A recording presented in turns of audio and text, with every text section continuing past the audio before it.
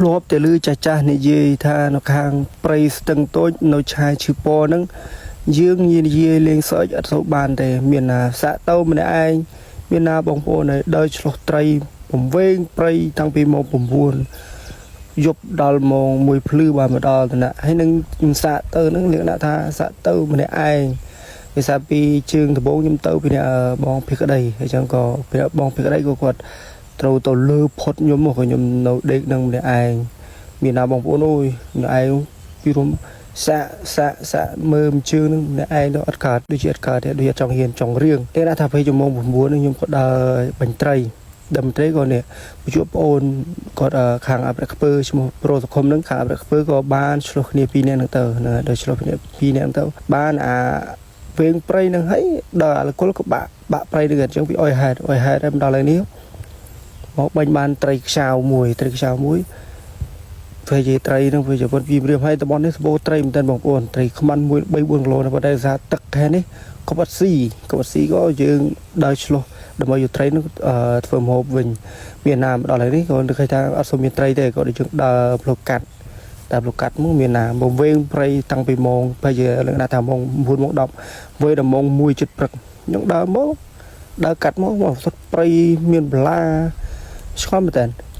មើលផ្លូវមានអាផ្លូវចាស់គេដើរមួយដល់ពេលយើងដើរកាត់មកខុសអាផ្លូវដែលចាស់ផ្លូវបរាណគាត់ដើរទៅពេលដើរមកវាប្រូសង្គមហ្នឹងមានណាវងវែងដឹងកើតណាទេឲ្យដល់ធ្លាក់ណីកាប់ហ្នឹងព្រៃហ្នឹងអត់ឆ្ងាយទេមកពីកន្លែងដែលយើងបោះតង់ដេកវា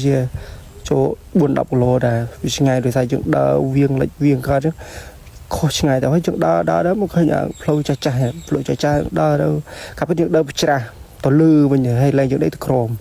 ហើយដល់ពេលក្តីគាត់ដេកលឺទៅហើយប៉ុន្តែយើងដើរផុតបាត់ហើយដើរផុតឆ្ងាយមែនតើ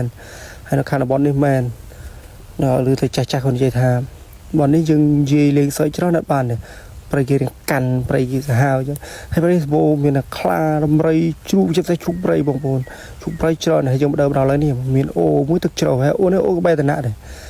បានដើរគងមកដល់ក្បែរតំណាក់ហើយលក្ខណៈថាយើងដើរដល់នេះម៉ោង1ដល់តំណាក់បិញជួកហ្មងភ័យផអូពងហើយសួរថាខ្លាចអត់ខ្លាចទេការហ៊ានតែ10% តែការខ្លាចហ្នឹង95%ប៉ុន្តែទេបានមកជួបប្អូនគាត់ខាងអាប់រ៉ាខ្ពើក៏ដេកមួយគ្នាទៅហើយវាក៏មិនទាន់បានបាយល្ងាចទៀតគឺយើងក៏ចាប់ដើមអាឈានត្រីវិចមកផ្ទះហ្នឹងហើយបាយហ្នឹងក៏នឹកឃើញហើយអត់មានកទេអត់មានកទៅបានប្អូនខាងអាប់រ៉ាខ្ពើគាត់មកអាប់រ៉ាខ្ពើហ្នឹងក៏វិចបាយផ្ទះមកបាយសល់ទៅព្រឹកម្សិលទៀតក៏ហូបបាយជុំគ្នាមកបាយកកសួរថាឆ្ងាញ់អត់ឆ្ងាញ់បើដាច់បាយតាំងពីល្ងាចមកហើយចិត្តព្រឹកយរួមថាដាច់បាយល្ងាចចិត្តព្រឹកមានត្រីវិចផ្ទះមកជៀនឆ្ងាញ់មកបាយកកឆ្ងាញ់តែបាយយើងវិចទុកព្រឹកទៀតទីព្រឹកឲ្យយើងក៏ចាប់ដើមដេកដល់ពេលដេកមកក្រាប់ដើមព្រឹកត្រកម្លងក្រឹកឡើងក៏ចាំកាត់ភ្លើងដាំទឹកហូបខ្វេជុំគ្នាជាមួយប្អូននេះទៅហ្នឹងហើយមុនយើងចេញទៅផ្ទះហ្នឹងហើយខ្ញុំអត់អីទេខ្ញុំបានខ្វេមកៅក៏រៀងហេវបាយរៀងបាត់ហេវបាយក៏អង្គុយកាហ្វេហើយប្រាច់គ្នាមកស្ទុះ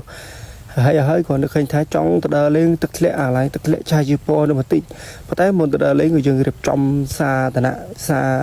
តង់នេះហើយដូចថាចាំភេកក្តីគាត់មកលើប៉ុន្តែចុងក្រោយ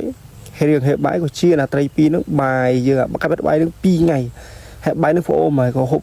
មានអីហូបតែព្រោះយើងបានយកកមកយល់ថាបានយកមកដែរបើអស់ដល់ពេលអស់យើងចែកគ្នាទៅបានអស់ហូបម្នាក់ម៉ាត់អង្គទៅហើយបាយយើងបានត្រីដល់ក៏និយាយថាសងប្រេងជាងនេះនិយាយថាលក្ខណៈថារៀងដាច់បាយដាច់ទឹកបន្តិចពីសារតែយើងអត់បានយកអង្គទៅវាតិចហើយក៏យើងនេះដើរមកដល់លេងទឹកធ្លាក់ឆាយជីពនៅតំបន់ខាងស្ទឹងតូចស្ថិតនៅឃុំតាតៃលើនេះហើយទឹកធ្លាក់ថាខែនេះទឹកហូរស្អាតខៀវយល់ធម្មជាតិស្រស់ស្អាតតែបងប្អូនchờ bà phụ mai bồng bồn để khinh về ô đi hơi chọn một đợt lên nó khang từ chai siêu po ấy ai chạy toàn một bàn chỉ làm sao là bọn đấy cứ bọn ập bự chỉ làm thì phim xa thấy có một tuần miền điện na squall thì bây giờ bọn đấy cứ chỉ làm chip phum này tại dương chip mò to phải chỉ làm món đó này này phải chỉ làm món đó này chứ có với ô nhôm xôm bạn đang tay bây giờ ruột rạ tích trường đi បាទអរគុណច្រើនដល់ពុកម៉ែបងប្អូនដែលតាមដានទស្សនាវីដេអូខ្ញុំទាំងអស់គ្នាជួបខ្ញុំនៅវីដេអូក្រោយៗទៀត